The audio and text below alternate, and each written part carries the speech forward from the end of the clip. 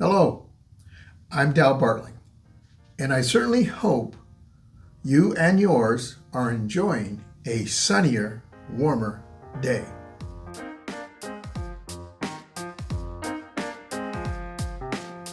The older I am, the more that I think.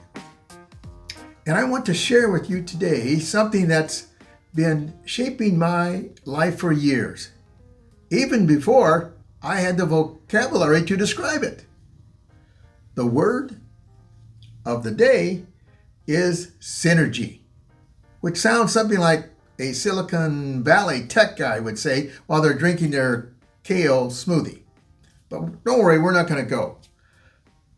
We're not going to go that area. Synergy is this: the interaction of two or more people producing an effect greater than the sum of their individual efforts. Let me take you on a walk through 3 different seasons of my life. And it's where synergy showed up unexpectedly and beautifully. Story 1. Hoot and the gas station. I grew up for a time on the Omaha Indian Reservation in Macy, Nebraska. I was in my early teens, delivering a weekly newspaper, the Sioux City Journal. I delivered this with my Schwinn bicycle. You know, the roads in Macy were all gravel or dirt roads. There was no pavement, there was no sidewalk. But I used my Schwinn bicycle with the 2 baskets in the back. Now, one of the people that I delivered to, one of the characters in my world, was a man by the name of Hoot. Now, you don't forget a name like that, do you? Hoot ran the gas station in town. In fact, it was the only gas station in town. A simple 2-pumper. Then inside had a water-cooled pop machine filled with RC Cola and Nesbitt.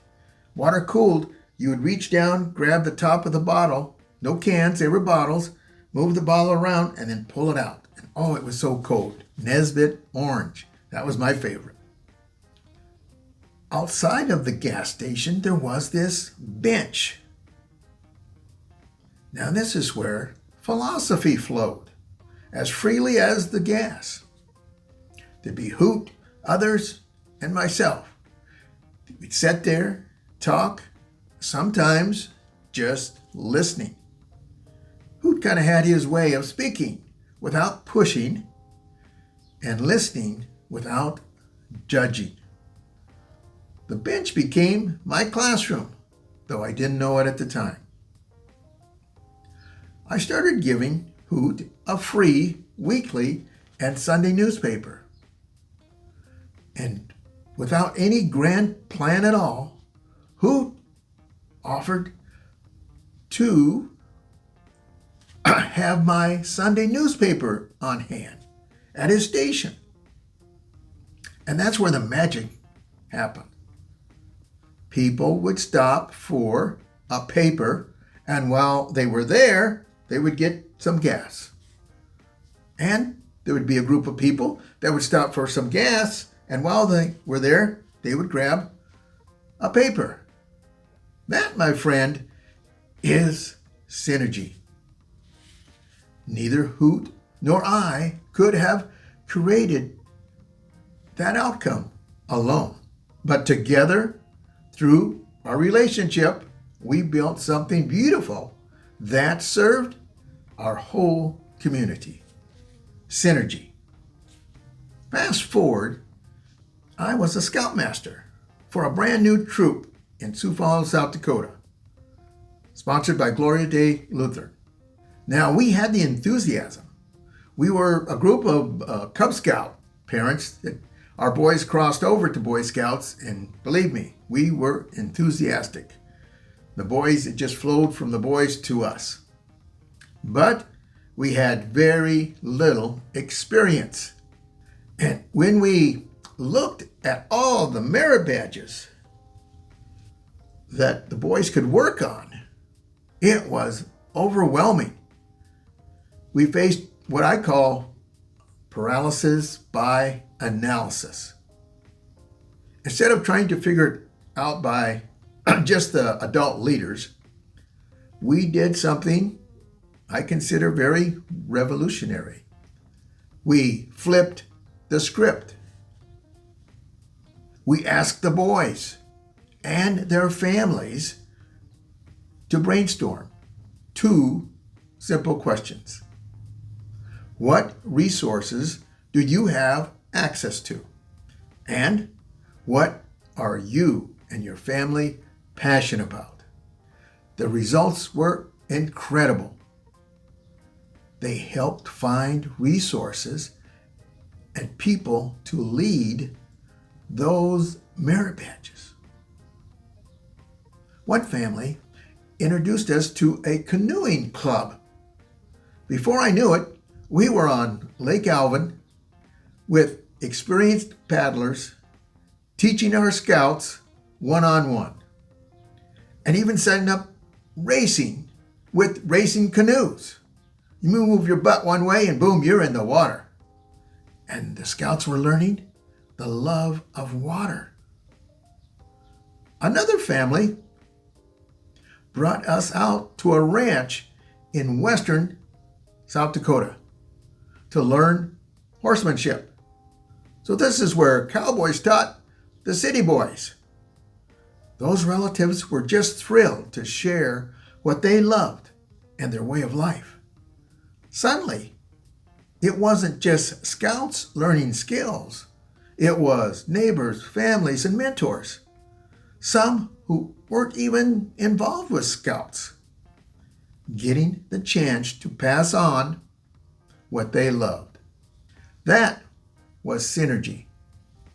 Experiences richer than what any of us could have pulled off alone. And our little troop, we went from overwhelmed to organized, from scattered to strong. Each family brought what seemed at the time one small piece of the puzzle. But together, we created an adventure that changed lives forever. For the past 28 years, I've lived in western South Dakota and have been blessed to be part of Gideon's International. Maybe some of you can remember receiving your own little New Testament. For me, it was in Nebraska, in middle school, and the Gideons came up right to our classes, I remember, and gave us a Gideon Bible. Today, we can no longer do that. One part of our ministry continues to be giving out New Testaments to middle school students. We do this by standing on the public sidewalk and wait for them after school is out. And there's parents there waiting with their cars to pick up their kids along with school buses. That opportunity to give them one of those is very, very small. Now, right across the street from one of our middle schools here is a church, Faith Lutheran Church. You see, every other week, these wonderful church folks would pop massive amounts of popcorn, and then they'd bag them up and hand them out to the students when they got out of school. Now here's where my sweet tooth for popcorn comes in. You see, my friends, Denny and Barb, Denny was an insurance agent that sold some of our products, were members of Faith Lutheran Church. And they knew that I loved popcorn. So they would sneak me a bag or two. Best bribe I've ever had. Well, one day it hit me. What if the Gideons partnered with Faith, offering New Testaments the same time that they handed out popcorn? The answer from the church was a big yes. Students came for free popcorn, but they also received the opportunity to receive God's Word. And those interested in the New Testament, they showed that they stayed for warm fellowships and more of the snacks. Neither ministry alone could have reached as many young hearts as possible, but together they created something far more powerful than either could achieve. That is synergy. So what does synergy mean for us?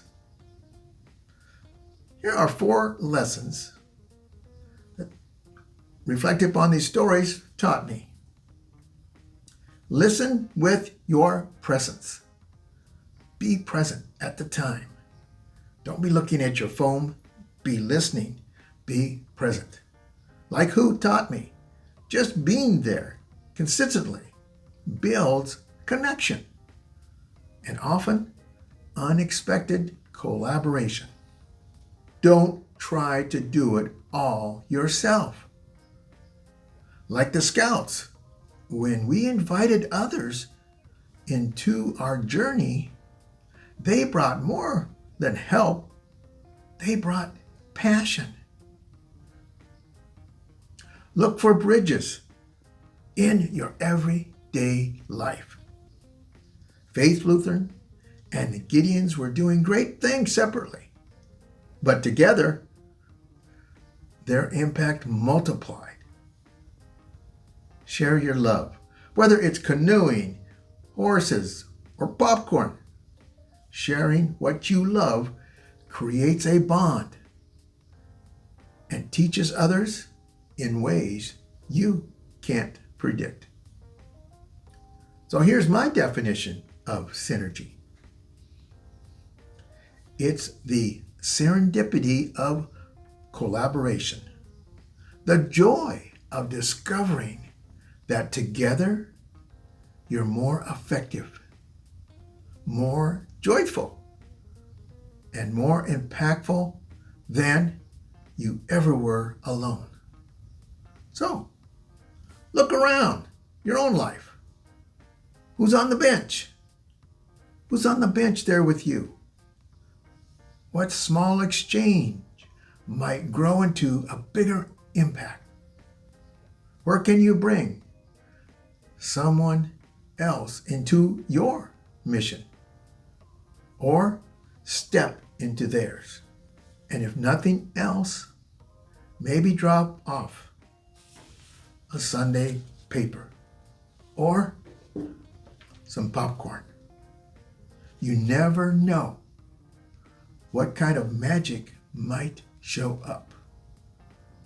And remember this, I'm rooting for you. Yes, I am, because we're in this together. And blessed are they who ease the pain of misfortune, for they shall be called insurance agents. You take care.